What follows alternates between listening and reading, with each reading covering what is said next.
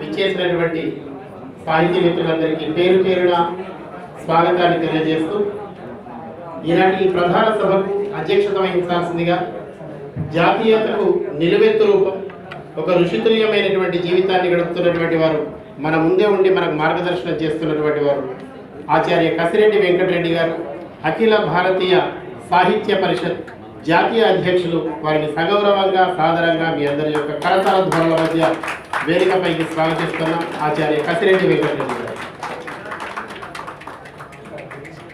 తెలంగాణ గొప్పతనం అంతా తెలంగాణ యొక్క కళలలో, సంస్కృతిలో దాగి ఉంది. ఆ తెలంగాణ కళలను, సంస్కృతిని ప్రపంచానికి తమదైనటువంటి రీతిలో పరిచయం చేస్తున్నటువంటి ఘనత వహించినటువంటి వారు మామిడి హరికృష్ణ గారు.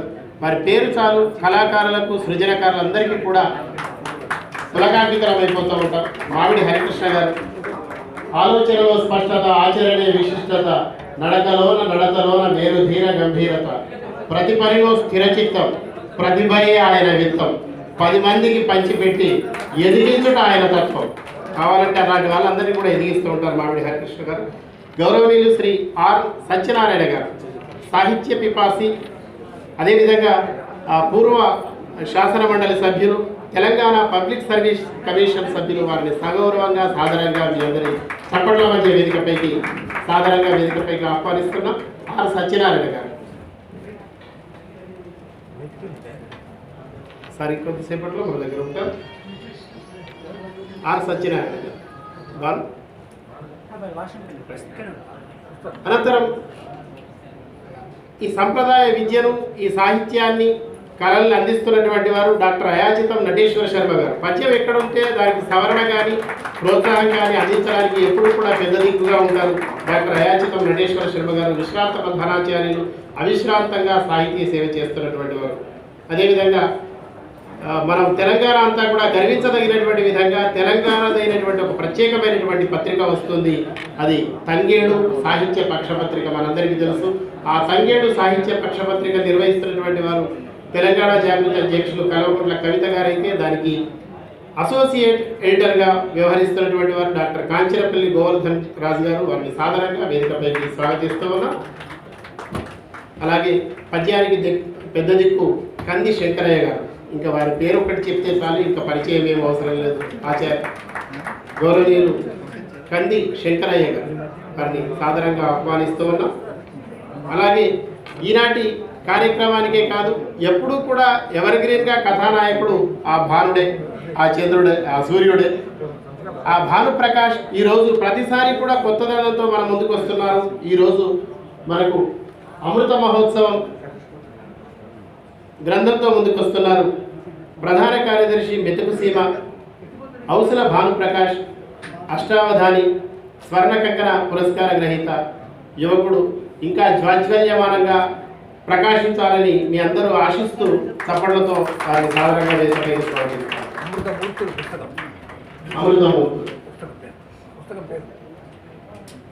గౌరవనీయులు శ్రీ పల్లె పెంటారెడ్డి గారు, అధ్యక్షులు సాహిత్య రంజని. వారిని సాధారణంగా వేదికపైకి స్వాగతిస్తూ ఉన్నాం. పల్లె పెంటారెడ్డి గారు సాధారణంగా స్వాగతిస్తున్నాం. అలాగే ఈరోజు ఈ కార్యక్రమాన్ని, పుస్తకాన్ని అమృతమూర్తులు, ఈ పుస్తకాన్ని సమీక్ష చేయడానికి వస్తున్నటువంటి వారు డాక్టర్ మరుమాముల దత్తాత్రేయ శర్మ గారు, ప్రముఖ కవి, అవధాని. వారిని సాధారణంగా స్వాగతిస్తూ జ్యోతి ప్రజ్వలనతో కార్యక్రమాన్ని ప్రారంభించుకుంటాం. జ్యోతి ప్రజ్వలన గావించాల్సిందిగా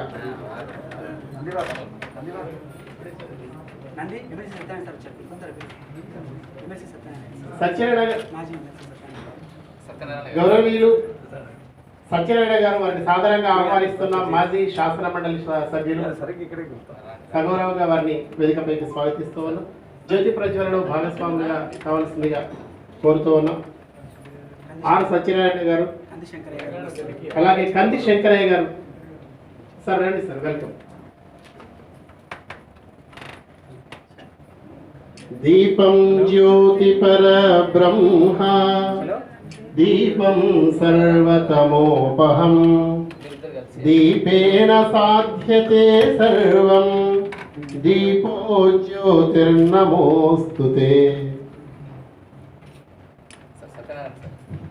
రత్నాకరా ధౌతపదాం హిమాలయ కిరీటిని బ్రహ్మరాజర్షి రత్నాఢ్యాం వందే భారతమాతరం.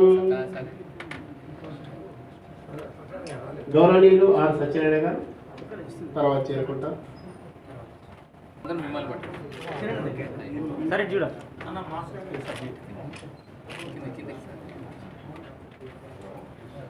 సార్ చూడండి అన్న ఒకసారి మాస్క్ సార్ ఇప్పుడు ఫోటో తీసుకోండి సార్. ఓకే చేయిస్తూ మన కోసం దేశం కోసం ఆత్మార్పణ బలిదానం చేసినటువంటి ఆ వీరులను స్మరిస్తూ చేస్తున్నటువంటి ఇది ఒక అక్షర నీరాజనం. ఇంత అద్భుతమైనటువంటి కార్యక్రమానికి సభాధ్యక్షత వహిస్తున్నటువంటి వారు జాతీయతకు నిలువెత్తు రూపం ఆచార్య కసిరెడ్డి వెంకటరెడ్డి గారు వారు అధ్యక్షుడిగా శ్రీపాల్పులను అందించాల్సిందిగా కోరుతాము. ఆజాదీ కా అమృత్ మహోత్సవ్, భారత స్వాతంత్ర్య మహోత్సవాలు, స్వాతంత్ర్య వజ్రోత్సవాలు ఈ మూడు పేర్లతో ప్రచారంలో ఉన్నటువంటి దాన్ని దృష్టిలో ఉంచుకొని 2023 ఆగస్టు వరకు ఈ కార్యక్రమాలు కొనసాగించాలి అని కేంద్ర ప్రభుత్వం యొక్క ఆలోచన ఇదివరకే జనజీవితంలోకి వచ్చింది. ఆ విధంగా దృష్టిలో పెట్టుకొని వివిధ సంస్థలు, వివిధ రాష్ట్ర ప్రభుత్వాలు అందరూ ఈ కార్యక్రమాలు కొనసాగిస్తున్నారు. జనంలో అప్పటి ఆ చరిత్ర నాటి నుంచి నేటి వరకు ఉన్నటువంటి ఈ ఆజాదీగా చరిత్ర జనంలో నిర్మాణం కావాలి, తెలియాలి. తెలిసిన తర్వాత వచ్చిన ఈ స్వాతంత్రాన్ని పోగొట్టుకోకుండా వీళ్ళు ఉండాలి. పోగొట్టుకునే పరిస్థితి ఏదైనా వస్తుందా అంటే చెప్పలేం. బలహీనలైతే పోగొట్టుకుంటారు. కాబట్టి శక్తివంతులు కావాలి అనే ఉద్దేశంతో పెట్టినటువంటిది. అందువల్ల అందరూ అనేక రచనలు చేస్తూ వచ్చారు, కార్యక్రమాలు కొనసాగిస్తున్నారు. స్వాతంత్ర సమరవీరులు, ప్రతిభామూర్తులు, స్వాతంత్ర సమరయోధులు, ఇది ఈరోజు అమృతమూర్తులు అనే ఈ గ్రంథావిష్కరణ వేదిక మీద. అందుకొరకే ఇక్కడ అందరినీ ఉన్నాం. పెద్దలందరికీ నేను నమస్కరిస్తూ మాన్యులు శ్రీ హరికృష్ణ గారు, శ్రీ సత్యనారాయణ గారు, డాక్టర్ అయాచర్ నటేష్ శర్మ గారు, శ్రీ కంది శంకరయ్య గారు, కాంచరపల్లి గోవర్ధన్ రాజు గారు, దత్తాత్రేయ శర్మ గారు, నంది శ్రీనివాస్ గారు, పెంటారెడ్డి గారు, ముందున్నటువంటి సోదరిమణులు, మాతృమూర్తులు, పెద్దలు అందరికీ నమస్కారం. చిరంజీవులకు ఆశీస్సులు. మొదట అమృతమూర్తులు గ్రంథాన్ని మనం ఆవిష్కరించుకుందాం. ఆ తర్వాత ఈ అమృతమూర్తులకు సంబంధించినటువంటి అంశాలు ఆ సభా కార్యక్రమం నిర్వహించుకుందాం. ఈ విధంగా కొనసాగిద్దాం అని చెప్తూ ఈ అమృతమూర్తులు గ్రంథాన్ని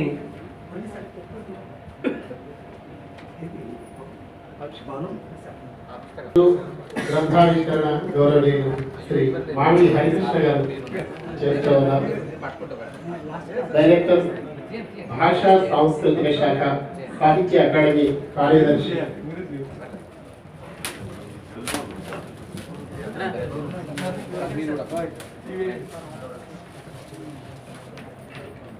అమృతమూర్తులు ఆవిష్కృతం అవుతున్నటువంటి వేళ 75 మంది స్వాతంత్ర సమర వీరులు ఒక్కసారిగా వాళ్ళలో ఉన్నటువంటి దేశభక్తి ఆ పుస్తకంలో నుంచి బయటకు వస్తున్నట్టుగా కనిపిస్తూ ఉంది.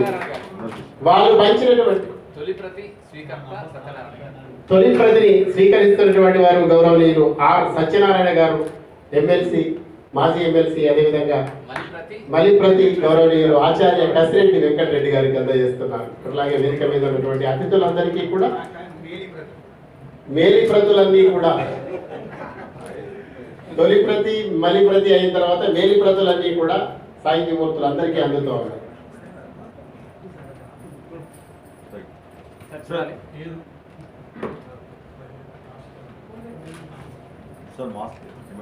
ఇచట పుట్టిన పరకలు సైతం, పరకలు పెంకులు, రప్పలు సైతం, రప్పలు నత్తలు, గుల్లలు సైతం, నాకు పవిత్రం నాకు సమస్తం. ఆర్యావర్తం, భారతవర్షం, భారతదేశం, హిందుస్థానం, హిందూ దేశం, కాదంటావా ఇండియా, ఏ పేరైనా నాకు ఒకటే. అలాంటి దేశంలో పుట్టినటువంటి మనందరం కూడా గర్విస్తూ ఉన్నాం. ఆనాడు ఈ దేశాన్ని దాస్య శృంఖలాల నుంచి విముక్తం చేసినటువంటి ఆ వీర పుత్రులను స్మరిస్తూ ఉన్నాం. 75 మంది వీరపుత్రుల గురించి ఒక్కొక్క పద్యంతో ఈ అమృతమూర్తులను మన చేతికి అందిస్తున్నటువంటి భాను నిజంగా ధన్యుడు. భాను ఏ కార్యక్రమం చేసినా అందులో జాతీయత ఉంటుంది, దేశభక్తి ఉంటుంది. యువకులలో ఇలాంటి స్వభావం. అధ్యక్షులు ఆచార్య కసిరెడ్డి వెంకటరెడ్డి గారు, మా గురువరేణ్యులు, అఖిల భారత సాహిత్య పరిషత్ జాతీయ అధ్యక్షులు. ఈనాటి కార్యక్రమానికి ముఖ్య అతిథిగా, కేవలం ముఖ్య అతిథియే కాదు, ఈ కార్యక్రమంలో భాను తమ్ముడు తప్పనిసరిగా తెలంగాణ సాహిత్య అకాడమీ భాషా సాంస్కృతిక శాఖ సహకారం ఉంటూనే ఉంటుంది అని మనందరితో కూడా సమ్మిళితమై ఒక ప్రేరకుడిగా, ఒక సంయోజకత్వ బాధ్యతలు నిలబడేటువంటి శ్రీ మామిడి హరికృష్ణ గారికి, డైరెక్టర్ భాషా సాంస్కృతిక శాఖ సాహిత్య అకాడమీ కార్యదర్శి వారికి, అలాగే ఈ కార్యక్రమానికి విశిష్ట అతిథిగా విచ్చేసినటువంటి వారు మాజీ శాసనసభ్యులు, శాసన మండలి సభ్యులు, తెలంగాణ పబ్లిక్ సర్వీస్ కమిషన్ సభ్యులు, ప్రస్తుతం వారు అక్షర సేద్యం చేస్తున్నటువంటి వారు, పాత్రికేయ వృత్తిలో కలిసిపోయినటువంటి వారు ఈ కార్యక్రమానికి ఆత్మీయ అతిథులుగా విచ్చేసినటువంటి వారు డాక్టర్ అయాచిత నటేశ్వర శర్మ గారు, విశ్రాంత ప్రధానాచార్యులు, ప్రాచ్య కళాశాల, అలాగే తెలంగాణ ప్రజల మానస పుత్రిక, తంగేడు పక్షపత్రిక అసోసియేట్ ఎడిటర్ గారు డాక్టర్ కాంచనపల్లి గారు, పద్య సేద్యం చేస్తూ సాంకేతిక తెరల మీద పద్యాన్ని ఆవిర్భూతం చేస్తున్నటువంటి వారు మాన్యులు గురుతుల్యులు శ్రీ కంటి శంకరయ్య గారు, సారస్వత కార్యానికి వెన్నుదన్నుగా నిలబడి లక్ష్మీ ప్రదాతగా ఈ కార్యక్రమంలో ఆత్మీయ అతిథిగా పాల్గొన్నవారు, పుస్తక ముద్రణ ద్రవ్య దాతగా నిలబడ్డవారు సాహిత్య రంజని సంస్థ అధ్యక్షులు శ్రీ పల్లె పెంటారెడ్డి గారు. ఈ గ్రంథ సారాన్ని మీ ముందు 10 నిమిషాల్లో ఉంచే ప్రయత్నం చేయడానికి పుస్తక సమీక్షకులుగా అతిథిగా పాల్గొన్నవారు డాక్టర్ మర్మమల దత్తాత్రేయ శర్మ గారు, సభను రమణీయంగా నిర్వహిస్తున్నటువంటి వారు నంది శ్రీనివాస్ గారు. అన్నిటికంటే కూడా, అందరికంటే కూడా ఇంతమంది మాటల్ని ఓపికతో వింటూ ఉన్నటువంటి కవిమిత్రులందరికీ కూడా, కవయిత్రులందరికీ కూడా ధన్యవాదాలు. సెషన్ల వారీగా కవి సమ్మేళనం అనగానే హరికృష్ణ అన్నాడు, భాను మనం నిర్వహించిన 75 మంది గుర్తుంది కదా, అదే ప్రణాళికతో సాగాలి అని అంటే ఫాలో అవుతానన్నా తప్పకుండా. అంటే ఒక మార్గదర్శిగా ఈ కార్యక్రమానికి సంయోజకులుగా తన వంతు పాత్రను పోషిస్తూ మనందరికీ రుచికరమైనటువంటి ఆహారాన్ని కూడా నేనే అందిస్తాను స్వచ్ఛందంగా వారే తెలియజేశారు. నిజంగా సాహిత్య కార్యక్రమాన్ని రసావిష్కృతం చేయడానికి వారు ముందుకు వచ్చినందుకు ధన్యవాదాలు తెలియజేస్తూ, 2012లో స్థాపించబడి 2013లో గుర్తింపు పొందినటువంటి సంస్థ మెతుకుసీమ సాహితీ సాంస్కృతిక సంస్థ. సంగారెడ్డి కేంద్రంగా సేవలందించి రాజధాని వరకు విస్తరించి రాష్ట్ర స్థాయి కార్యక్రమాల్లో ఇవాళ క్రియాశీలక పాత్ర పోషిస్తూ ఉన్నది మా సంస్థ. సంకలనాలు, అష్టావధానాలు, ప్రముఖుల చేత ప్రశంసలు, అలాగే సెమినార్లు, కవిత్వం ఎలా రాయాలో మెలకువలను కూడా నందిని సిద్ధారెడ్డి గారి చేత మనం ఇప్పించారు. అంటే కవులకు అవసరమైనటువంటి దిశానిర్దేశం చేయడానికి కూడా మెతుకుసీమ సంస్థను అడుగుకట్టింది. అందులో భాగంగా 2012లో మెతుకుసీమ కవనసీమ అనే సంకలనం 86 మందితో భాషా వైశిష్ట్య సంకలనం వేశాము. 2016లో భారత్ మాతాకి జై అని 125 మంది కవులతో, కవయిత్రులతో సంకలనం చేసినాం. ఆ తర్వాత 2018లో సైనికార్చన అనే సంకలనం 300 మంది కవులతో సంకలనం చేసినాం. ఆ తర్వాత తెలుగు సాహిత్య చరిత్రలో ఇప్పటి వరకు పద్య ప్రక్రియలో వెలువడినటువంటి అపూర్వ బృహత్ సంకలనాన్ని 611 మంది కవులు 2300 పద్యాలతో 650 పేజీలతో మనం నిర్వహించాం. అంటే ఒక అప్రతిహతంగా సౌజన్యమూర్తుల ప్రోత్సాహం, దాతల యొక్క వదాన్యత, సాహితీ సంస్థల యొక్క భాగస్వామ్యం, ఇప్పటిదాకా అనేక మంది వక్తలు, సాహిత్య సంస్థల ప్రతినిధులు సెషన్లను నిర్వహించారు. వారందరి ప్రేరణతో మెతుకుసీమ సాహితీ సాంస్కృతిక సంస్థ ముందుకు సాగుతూనే ఉంది. ఆ పరంపరలో భాగంగా ఇవాళ భారత జాతి గర్విస్తున్నటువంటి వజ్రోత్సవ వేడుకల్లో అనేక మంది కవులను భాగస్వాములు చేయాలనే సదాశయంతో మళ్ళొకసారి మనం 100 ఏళ్ల ఉత్సవం జరిగిన నాటికి మనం భాగస్వాములుగా నిలబెడతామో లేదో తెలియదు. ఇందులో స్వాతంత్ర్య స్వర్ణోత్సవాలను చూసిన వాళ్ళు కొందరైతే, స్వాతంత్ర్య స్వర్ణోత్సవాల్లో పాల్గొన్న వారు మరికొందరైతే ఇప్పటికీ గర్వంగా చెప్పుకుంటూ ఉంటారు. అట్లా భవిష్యత్తులో వజ్రోత్సవ వేడుకల్లో మేము మా వంతు పాత్ర నిర్వహించామని మనం తలెత్తుకొని దేశభక్తి కేతనం ఎగరవేయడానికి ఈ సంకలనం, ఈ కార్యక్రమం, ఈ పేరు. అలాగే కార్యక్రమం ఎలాగో పెట్టుకుంటున్నాం కదా, 75 మంది స్వాతంత్ర సమరయోధులను ఎంపిక చేసుకున్నాం. ఒక్కొక్కరికి ఒక్కొక్క సీసన్ వచ్చింది. ఆ సీసన్ కింద ఎత్తు గీతి, అంజలించద మనసార అమృతమూర్తి, మనసార నంజలింతు అమృతమూర్తి, ఆ మకుటంతో పద్యాలన్నీ సాగిపోతాయి. పుస్తకంలో ఏముందో మర్మంలో దత్తాత్రేయ శర్మ గారు అన్న పుస్తక సమీక్షలు తెలియజేస్తారు. ఈ కార్యక్రమంలో భాగస్వాములు అవుతున్న మీకు అందరికీ మెతుకుసీమ సంస్థను గుండెల్లో పెట్టుకుంటున్నందుకు ప్రత్యేకించి అవసర భానుప్రకాష్ పేరును దాని గౌరవాన్ని నేను కాపాడుతూనే మీ సహకారంతో ముందుకు వెళ్తానని తెలియజేస్తూ నేను ఇక్కడ మాట్లాడుతున్నాను. ఈ సభ ఇంత అద్భుతంగా నడుస్తుంది అంటే దీని వెనుక కష్టపడిన సైన్యం ఉంది. వాళ్ళ పేరు చెబితేనే దీనికి ఔచిత్యం. మా కిషన్ గారు ఉన్నారు, మొగలిమాల గారు ఉన్నారు, నాగేశం గారు ఉన్నారు, రవి గారు ఉన్నారు, మురళి గారు ఉన్నారు, సురేష్ గారు ఉన్నారు, నంది శ్రీనివాస్, శ్రీకర్, ఇట్లా మెతుకుసీమకు అనేక మంది ఒక సాహిత్య సేవకు ఒక సైన్యం ఉంది కాబట్టి ఇంత అద్భుతంగా కార్యక్రమాలు చేస్తున్నాం. ఈ కార్యక్రమం నిర్వహణకు ప్రభుత్వ పక్షాన మాకు అగ్రజులు మార్గదర్శి మా అన్నంతవరకు మామిడి హరికృష్ణ అన్న ఎప్పటి వరకు అయితే ఈ సాహిత్య సాంస్కృతిక సేవలు ఉంటారో అప్పటి వరకు మేము మీ వెనుక నడుస్తూనే ఉంటామన్న. నిరంతరం సాహిత్య కార్యక్రమాలు చేస్తూనే వెళ్తాం. మనం మెతుకుసీమ సాహిత్య సంస్థ ఎప్పుడు కూడా సాహిత్య అకాడమీకి అలాగే భాషా సాంస్కృతిక శాఖకు నిరంతరం సేవలు అందించడానికి సన్నద్ధమై ఉంది అని అధికారికంగా ఆయన ప్రకటిస్తూ అవకాశం కల్పించినందుకు ధన్యవాదాలు, నమస్సులు. అనంతరం పుస్తకంలో ఉన్నటువంటి విశేషాలు విశిష్టతల్ని మనకు పరిచయం చేయడానికి చేస్తున్నటువంటి వారు గౌరవనీయులు డాక్టర్ మర్మాపుల దత్తాత్రేయ శర్మ గారు, ప్రముఖ కవి, అష్టావధాని. అలాగే ఏమొద్దు నేనే మాట్లాడతాను.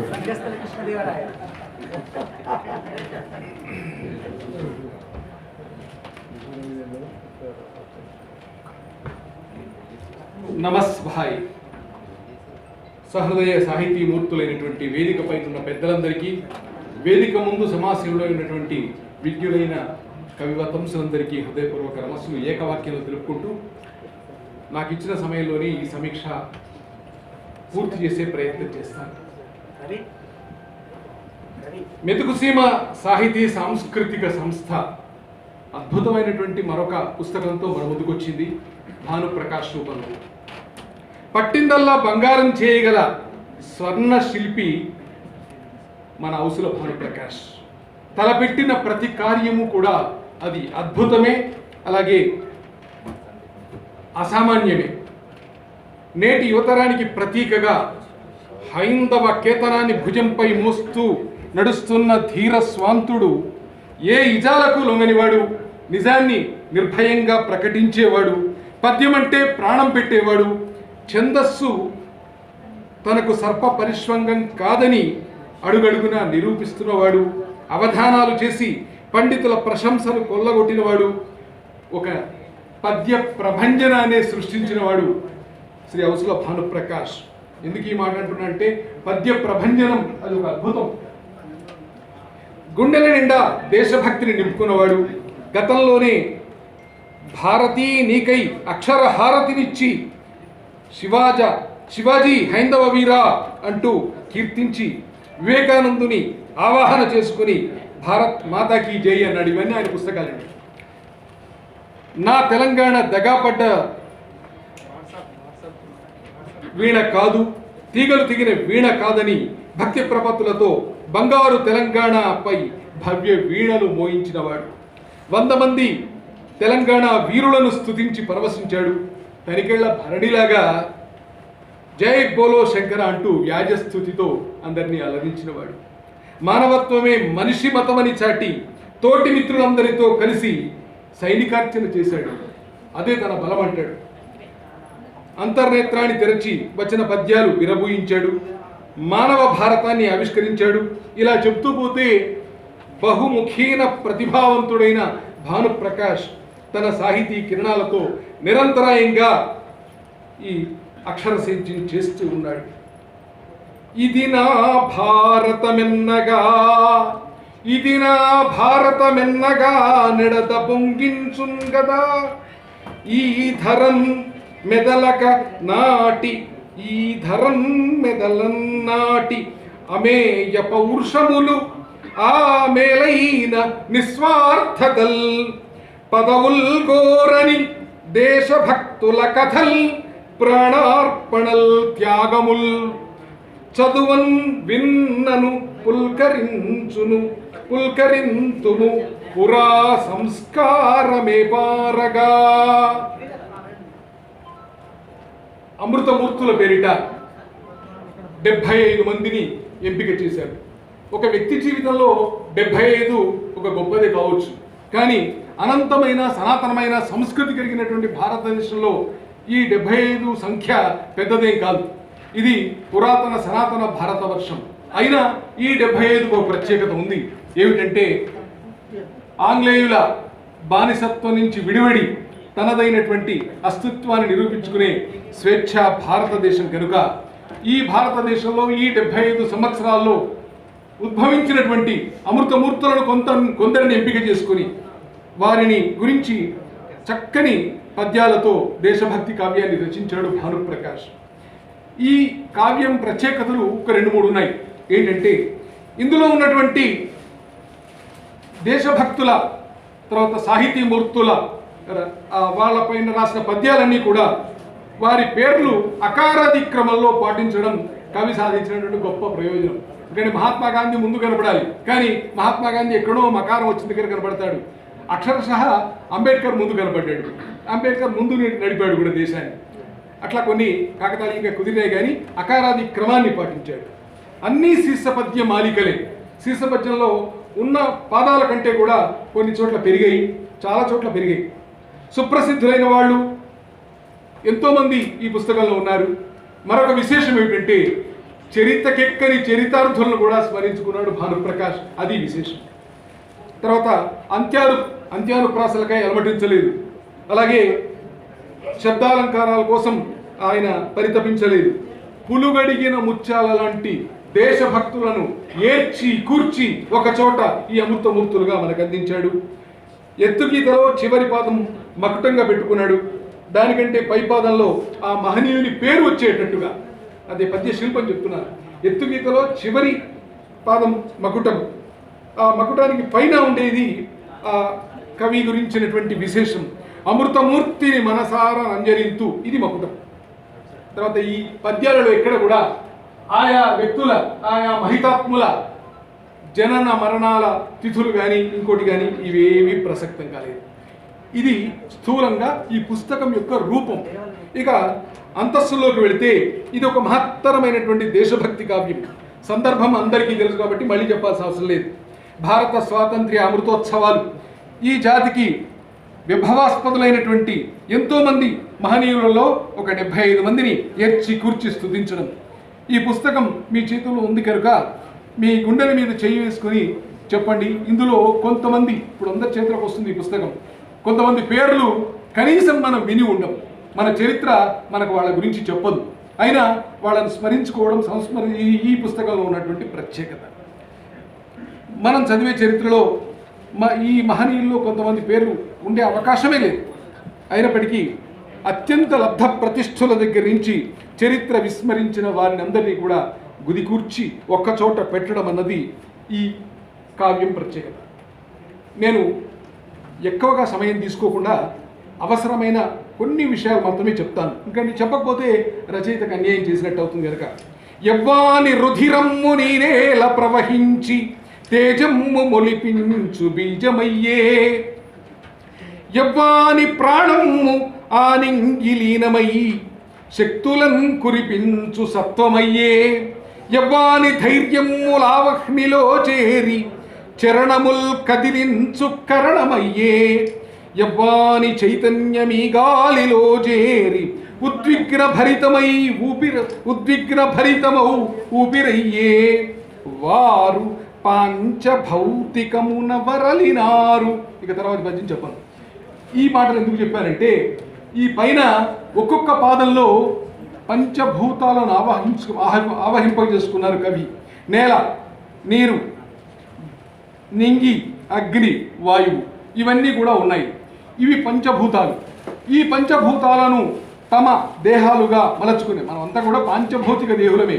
కానీ ఈ పవిత్రమైనటువంటి మూర్తులు ఈ పంచభౌతిక దేహాలతో ఇక్కడ అవతరించి, ఈ నేలపై అవతరించి అమృతమూర్తులై వెలిగినారు కనుక వారిని సంస్తుతిస్తూ చేసిన ఈ పద్యంలో పై పాదంలో, పై సీసంలో ఉండేటువంటి 4 పాదాలలో అద్భుతంగా ఈ పంచభూతాలను ప్రకటించి ఆ తత్వాన్ని వీళ్ళలో నింపుకున్నారు. పాంచభౌతిక దేహంలో మన దేశంలో కదలాడారు అనేటువంటి ఒక గొప్ప భావాన్ని తీసుకురావడం అనేది అద్భుతమైనటువంటి శిల్పం. ఈ శిల్ప సౌందర్యానికి నమస్కారం. తర్వాత అంటరానితనము వెంట నీడగసాగ శిరమెత్తి నిలిచిన సర్వము తాను. ఇది ఎవరి గురించి అన్నాడు మీకు వెంటనే అర్థమైపోతుంది. మహాత్ముడు అంబేద్కర్ గురించి.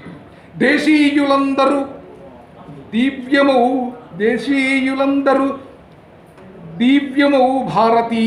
భారతీయుల తొల్త కులమతమ్ములు విడువమనే.